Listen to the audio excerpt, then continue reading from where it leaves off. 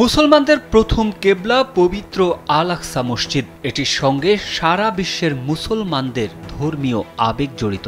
সম্প্রতি ইসলামের তৃতীয় গুরুত্বপূর্ণ ধর্মীয় স্থান হিসেবে পরিচিত জেরুজালেমের আল আকসা মসজিদ হামলায় ধ্বংস হয়ে গেছে দাবিতে একটি ছবি সামাজিক মাধ্যমে ছড়িয়ে পড়ে, যা দেখে মুসলিমদের হৃদয়ে রক্তক্ষরণ ঘটে। কিন্তু মসজিদুল আল আকসা চত্বরের ডোম অব দ্য রকের সামনে দাঁড়িয়ে ফিলিস্তিনের আল আকসা মসজিদ অক্ষত রয়েছে বলে দাবি করেছেন বাংলাদেশি এক ইসলামী বক্তা।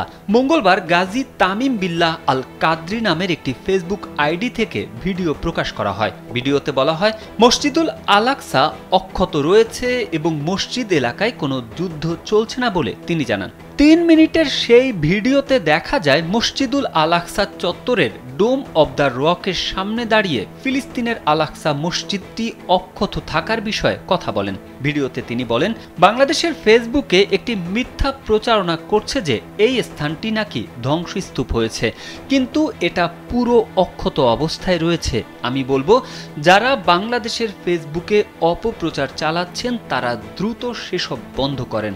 আর এখানে যুদ্ধের কোনো বালাই নেই, মানুষ স্বাভাবিকভাবেই মসজিদে নামাজ পড়ছে।